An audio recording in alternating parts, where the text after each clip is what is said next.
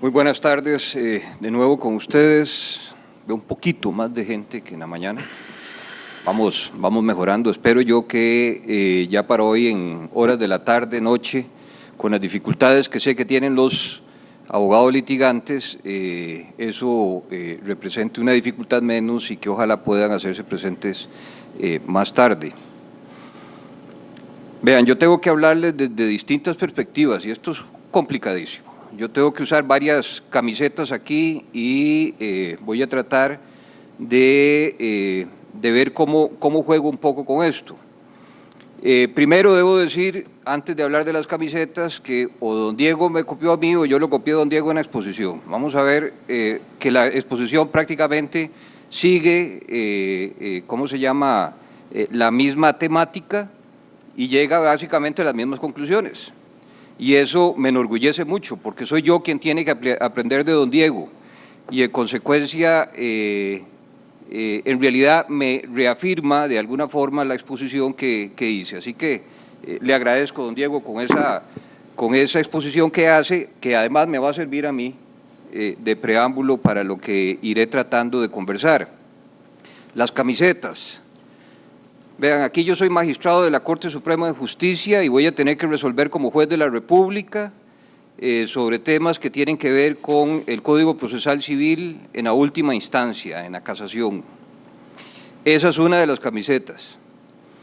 Otra camiseta. En estos momentos estoy con un grupo importantísimo de gente, como les dije en la mañana, tratando de que implementemos de la manera más adecuada posible dentro de las condiciones que nos permite esta fragilidad humana, de implementar el Código Procesal Civil.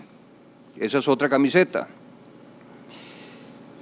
Otra camiseta, soy académico también y me gusta el derecho procesal civil, aunque no es mi fuerte, pues mi formación es en derecho de fondo, derecho civil, no obstante, pues como juez durante muchísimos años, pues a veces me pongo esa camiseta también, de académico en materia procesal civil. Pero hay otra camiseta más que tengo por ahí, que es la camiseta de litigante, porque dejé de ser juez por un tiempo, como 8 años, y fui litigante por unos 8 años, más o menos. Todo eso vieran cómo me complica la cuestión para poder hablarles de este tema. Pero bueno, qué dicha que don Diego habló y eso me abre a mí algunas puertas, y además me hace quitarme algunos condicionamientos que a veces tiene uno cuando no habla desde la academia, y hoy voy a tratar de hablar desde la academia de alguna forma.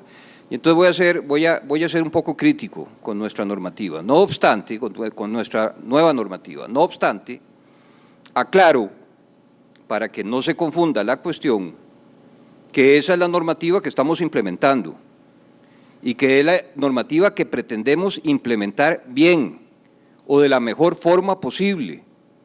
¿Ok?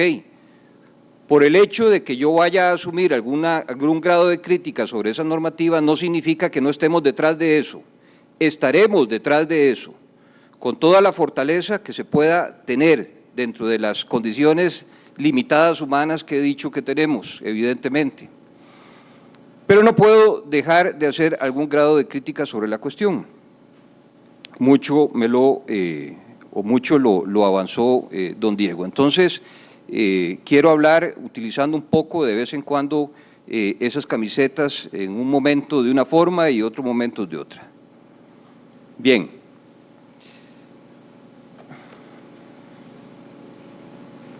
Ustedes ven, está complicado ver, ¿verdad? Qué tirada, pero bueno, vamos a tratar de ir sorteando ese inconveniente.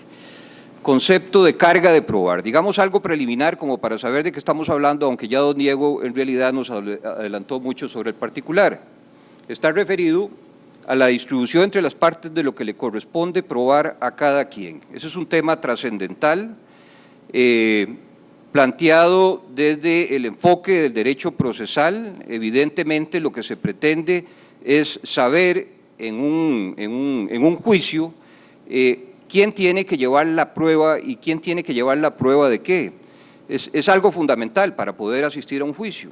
O sea, normalmente cuando lo planteamos desde el enfoque o desde el lado, desde el lugar en que se plantean las cosas, el litigante, es un tema que se plantea normalmente en el momento en que ya el cliente le entrega el caso y en consecuencia tiene que hacer todo un análisis de la cuestión y plantearse toda una estrategia que lo lleva normalmente a visualizar lo que va a pasar durante todo el proceso.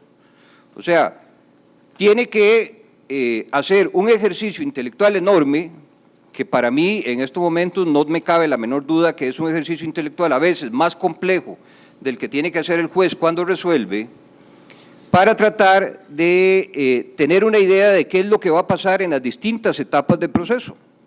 Eso es muy complejo. Y desde el punto de vista de la prueba, de lo que tiene que llevar para probar lo que quiere pretender, porque todavía no ha planteado la demanda, pero la planteará, es realmente complejo.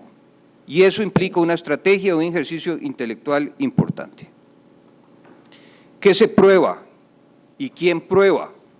Es parte del tema de la carga de la prueba. Se prueban hechos alegados por las partes y aquí nos planteamos un poco lo que nos decía don Diego en lo que respecta a, digamos, a las distintas ideologías sobre las que él habló. O se verifican hechos o se averiguan hechos. ¿Cuál es el ejercicio que se hace cuál es el ejercicio que se hace con respecto a los hechos? O cómo, vamos a ver, ¿qué es lo que hacemos cuando hablamos del ejercicio de probar hechos?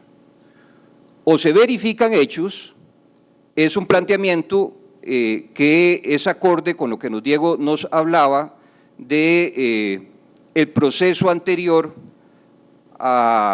¿cómo se llama?, a ese derecho procesal publicista, digamos, y cuando hablamos de averiguación de hechos tiene que ver más bien con ese otro tipo de proceso.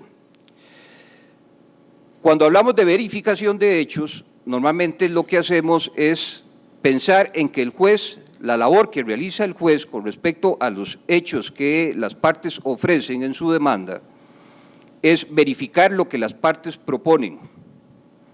Y cuando hablamos de averiguación de hechos, normalmente lo que pensamos es que el juez de alguna forma puede meter mano más allá de lo que las partes proponen en cuanto a los hechos. Es un tema eminentemente ideológico y es un tema que también hay que traer a cuenta para efectos de ver dónde estamos nosotros con el código nuestro.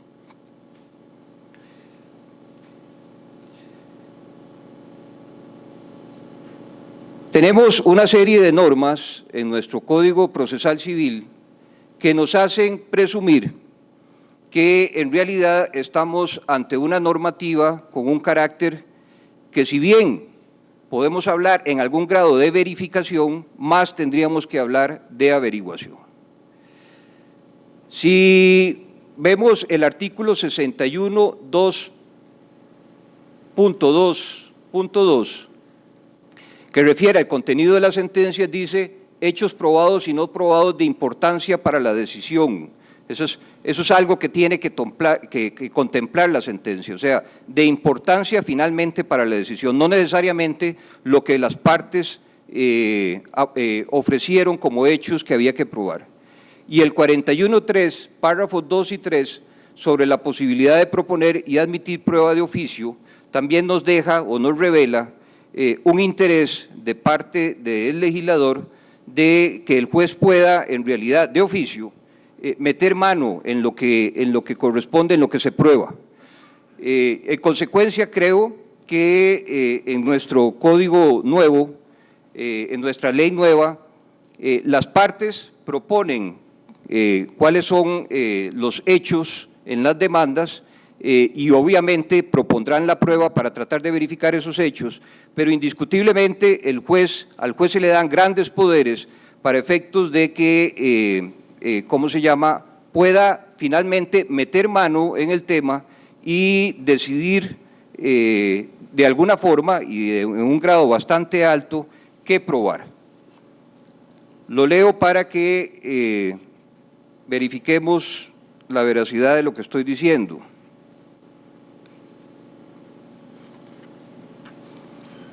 Dice el 41.3, en el párrafo segundo y en el párrafo tercero. En la audiencia en que se admiten las pruebas, el tribunal podrá proponer a las partes la incorporación de otras no ofrecidas e incluso ordenarlas de oficio. Y en el tercer párrafo dice, en la audiencia de prueba, excepcionalmente, si fuera indispensable y dando razones fundadas, se podrán ordenar otras pruebas para comprobar o aclarar hechos relevantes, respetando los principios de contradicción y de concentración. Bien, ¿qué no se prueba? En el artículo 41.3, en el primer párrafo, establece que no se prueban los hechos evidentes o notorios, que no se prueban los hechos admitidos expresamente, ni se prueban los hechos amparados en una presunción. Esto no es parte de lo que hay que probar, más bien es parte que se da como un supuesto ya probado. Distribución de la obligación genérica en relación con la carga de la prueba.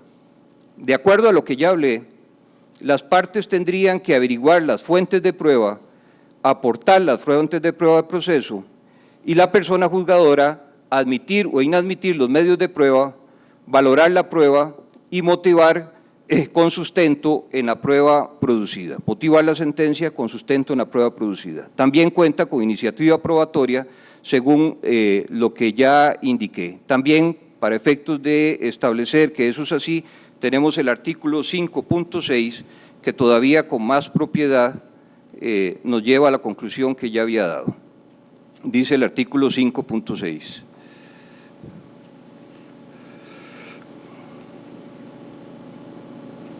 Vamos a ver. Potestades del tribunal. El tribunal tendrá las siguientes potestades. Dice procurar la búsqueda de la verdad dentro de los límites establecidos en el ordenamiento jurídico. Las demás que establezca la ley. Bien, antes de entrar ya en el tema concreto del principio de la carga de la prueba, hice énfasis en estas normas un poco para, ¿cómo se llama?, situarnos, para saber en qué tipo de código estamos. Es indiscutible que el juez va a poder intervenir y tiene grandes poderes para poder intervenir y efectos de determinar incluso qué es lo que hay que probar y poder incluso traer prueba que las partes no han ofrecido. Yo, en el plano ya no ideal del cual nos estaba hablando don Diego, sino que en el plano real, me cuestiono si eso coincide de alguna forma. Y me lo cuestiono seriamente, porque si me pongo la camiseta ¿cómo se llama?, de litigante, tendría que decir que difícilmente cuando el litigante se plantea toda la estrategia y visualiza qué es lo que va a suceder durante todo el proceso, ¿cómo se llama?, va a llegar en una posición en donde, en una posición en la que tiene pensado que en realidad el juez puede intervenir en su proceso, en el proceso que está construyendo, de la manera en que el juez vaya a intervenir. O sea, es algo que no puede del todo medir. Y eso es importante tomar en cuenta cuando hablemos del principio de disponibilidad y facilidad probatoria que veremos más adelante. Bueno, principio de la prueba, de la carga de la prueba. Cuando no se produce la prueba es que surge el problema de la carga de la prueba. Antes evidentemente no, ¿verdad? Cuando se ha traído prueba, se ha producido prueba y tenemos hechos probados o no probados, no hay problema con el tema de la carga de la prueba. El tema de la carga de la prueba surge cuando hay dudas sobre cómo resolver el asunto. Se enfoca en atribuir un efecto a la falta de producción de prueba en consideración a la conducta esperada por las partes según las cargas impuestas por la ley. O sea, lo que procura es establecer un efecto, ¿verdad?, a la falta de prueba. Y para eso tiene que determinar quién era el que tenía la carga de demostrar los hechos. Se caracteriza por ser un principio de aplicación subsidiaria. Opera después del ejercicio intelectivo de valoración de la prueba. O sea, normalmente pensamos en el principio de carga de la prueba cuando se hace el juicio de valoración o después del juicio de valoración. Cuando el juez va a resolver, cuando el juez está en la sentencia, es cuando establece el juicio de valoración de la prueba. Y una vez que hace el juicio de la valoración de la prueba, determina si está o no está probado lo que las partes proponían en cuanto al cuadro fáctico. es en ese momento en donde opera el principio de carga probatoria. Es importante tenerlo en cuenta también para efectos de valorar el principio de disponibilidad y facilidad probatoria del que luego volveremos. Se apoya en el principio de prohibición de non-liquid, que nos había hablado también don Diego. El juez tiene la obligación de resolver siempre, ¿verdad? Tenga o no tenga derecho claro, tiene que resolver, pero cuando estamos hablando del elemento fáctico, también tiene que resolver, lo tenga o no lo tenga. No le queda otra. En consecuencia, tiene que acudir a ciertas reglas. En este caso, acude a las reglas de la carga de la prueba. Principios en que se sustenta la carga de la prueba. Evidentemente, en accesibilidad de la justicia, en donde una derivación de esa accesibilidad de la justicia es el principio o la prohibición de non-liquid, o sea, debe necesariamente hacer justicia. Principio dispositivo, que en materia de derecho patrimonial privado es fundamental, y que esto no es más que una derivación incluso de la forma de ser de nuestro derecho patrimonial privado, que es derecho meramente disponible en términos generales, y que eso se traduce en el derecho procesal en un principio dispositivo, y esto es fundamental en todo el derecho procesal civil.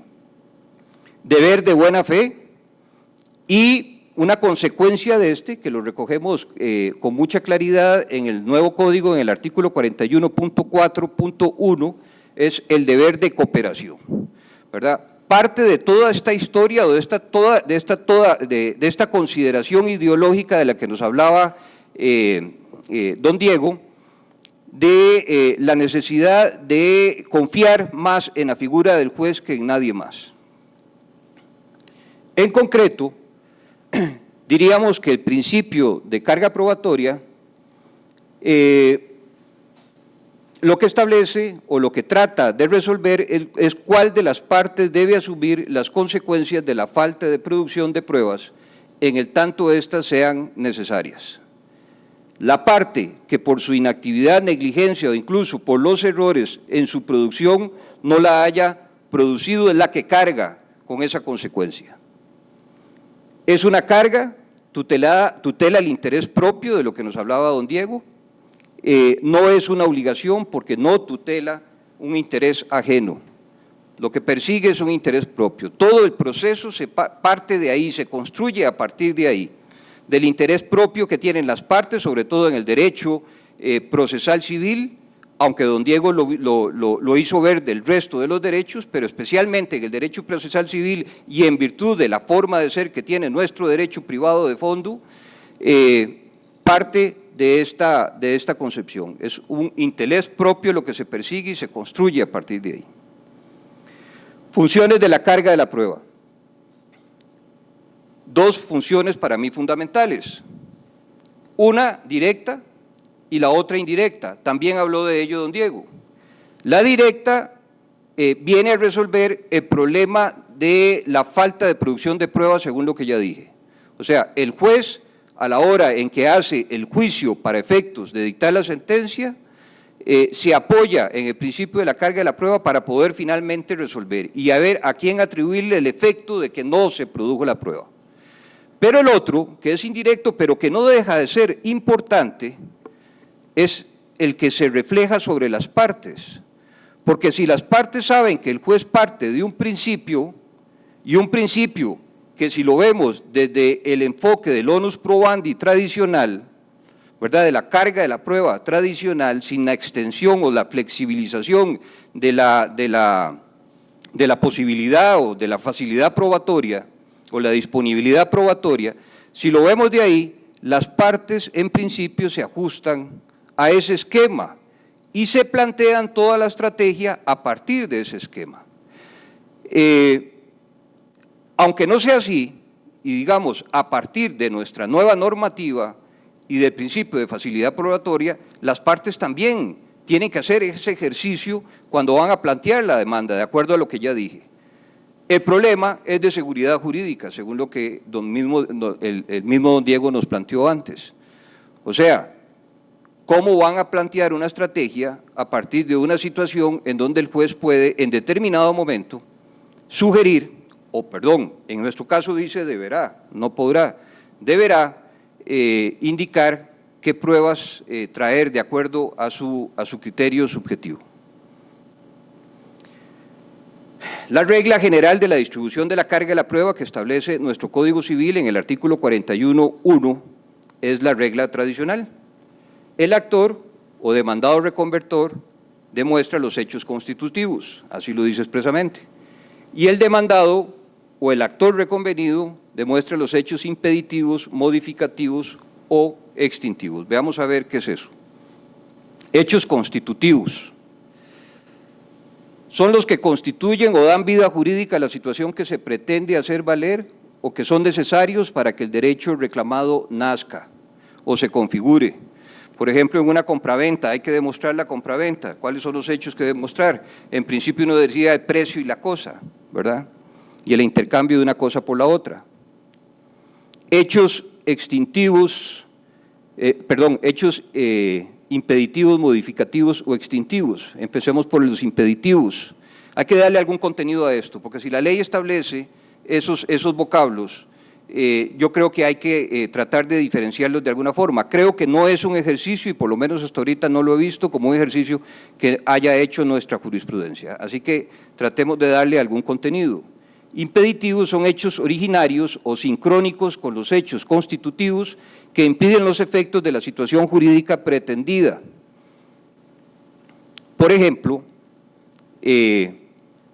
ausencia o ilicitud de la causa, o por ejemplo, vicios del consentimiento en el contrato que se pretende demostrar. Vean que son sincrónicos a los hechos constitutivos. Hechos extintivos son hechos sobrevenidos que extinguen la relación jurídica alegada por la actora válida y lícita, pero ya extinta, ¿verdad? Todas las situaciones, por ejemplo, de extinción de las obligaciones, el pago en general. Y hechos modificativos, que no logré darle un contenido, porque en realidad cuando pienso en hechos modificativos, de alguna forma tengo que acomodarlos en los extintivos. No obstante, estudiando un poco el tema, veo, por ejemplo, que en la Ley de Enjuiciamiento Civil Española se habla de hechos enervantes o excluyentes, para hacer alguna diferencia con los anteriores, en donde, con los hechos extintivos, en donde, digamos, excluyen la relación jurídica que se está pactando y siempre, para hacer la diferencia, es potestativa, la alegación es potestativa de la parte demandada. Por ejemplo, en la prescripción. Y así podríamos hacer alguna diferenciación de estos supuestos que contempla nuestra normativa. Esta es la regla general, ¿verdad? Bajo esta regla general, uno podría decir, las reglas están bastante claras.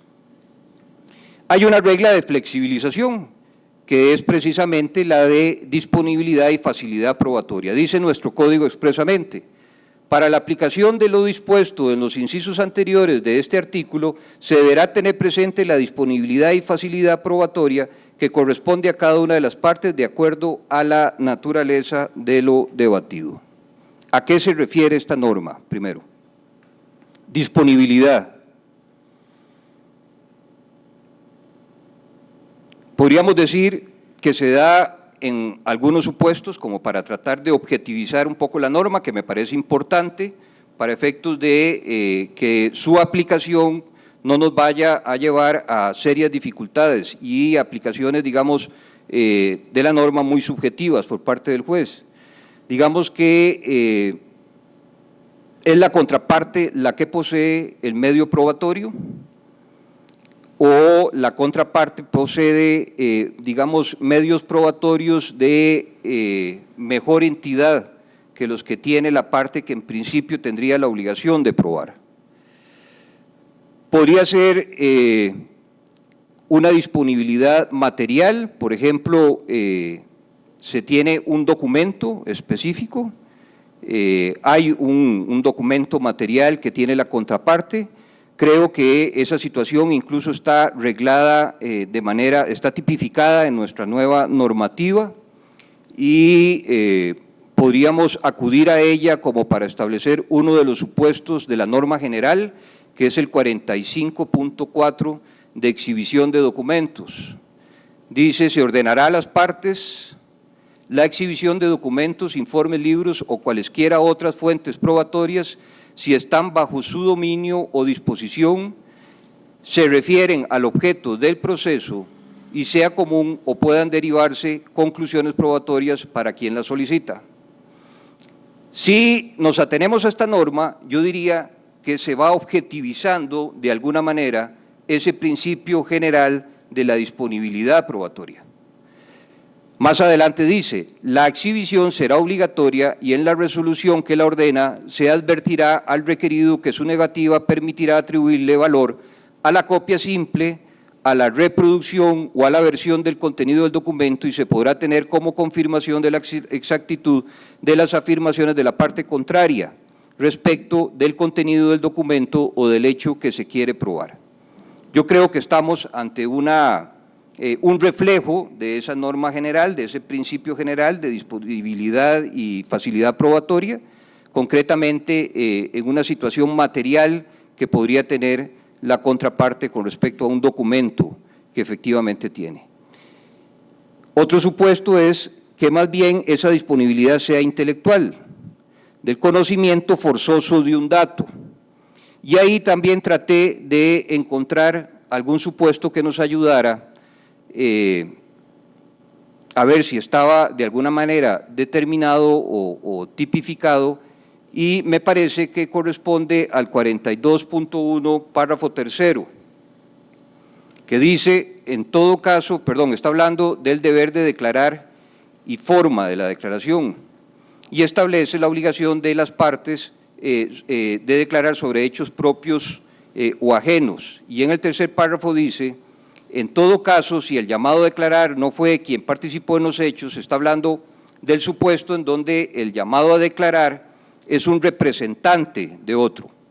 Entonces dice, en todo caso, si el llamado a declarar no fue quien participó en los hechos controvertidos, deberá alegar tal circunstancia dentro del 5º día a partir de la notificación del señalamiento o cuando sea posible hacerlo, cuando no sea posible hacerlo, en el momento de la práctica de la prueba, deberá facilitar la identidad del que intervino en nombre de la persona a quien se podrá citar como testigo.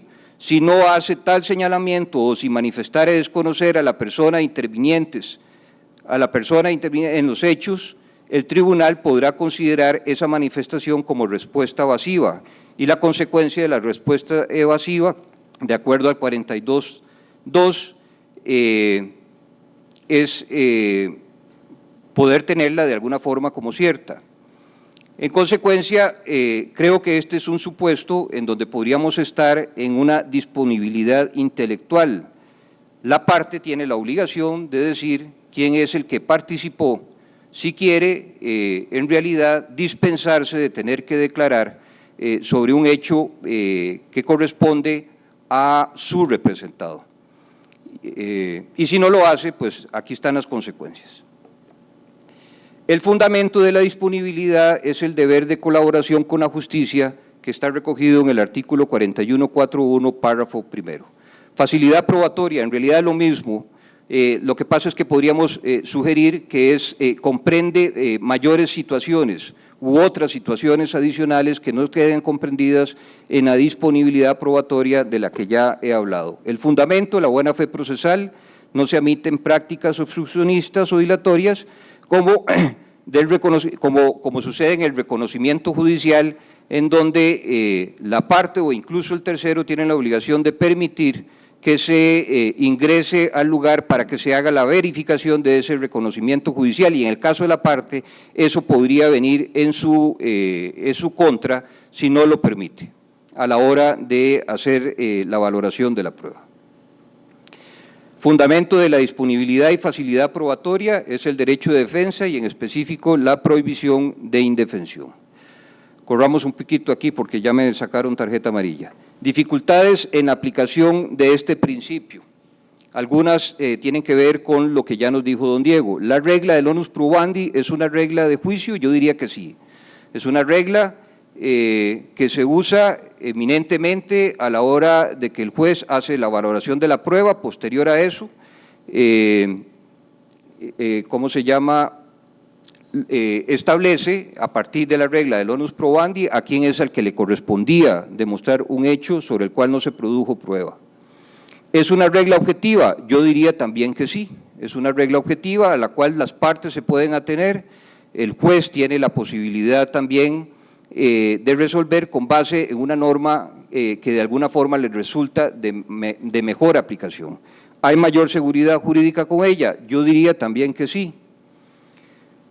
No obstante, no por ello voy a decir que del todo la regla esta de flexibilización no sea conveniente.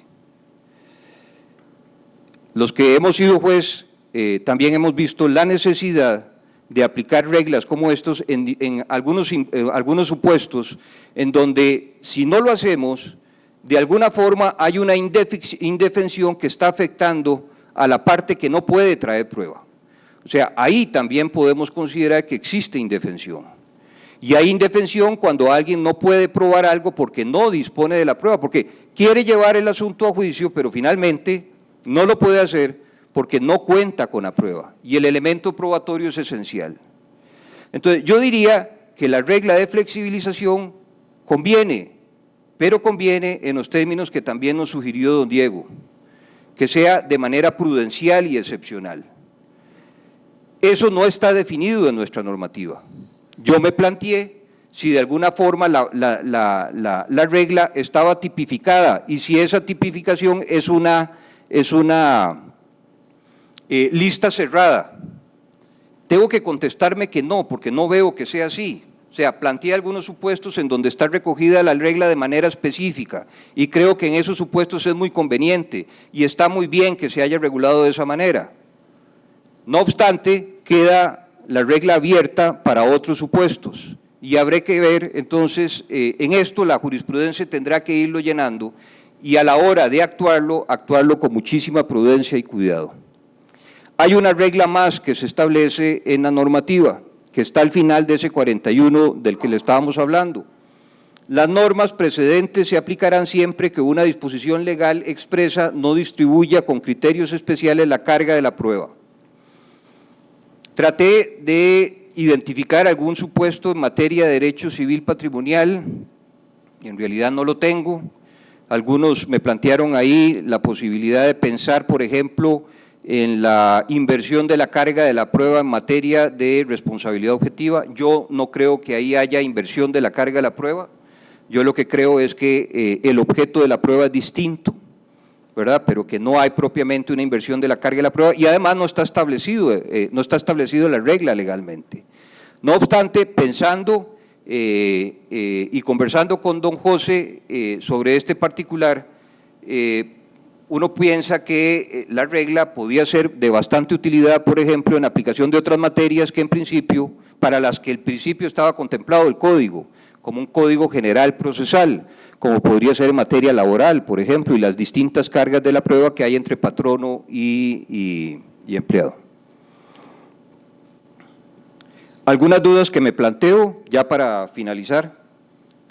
En el párrafo segundo del artículo 1 se habla de la conducta de la parte a efectos de considerarla como elemento de convicción ratificante de las pruebas.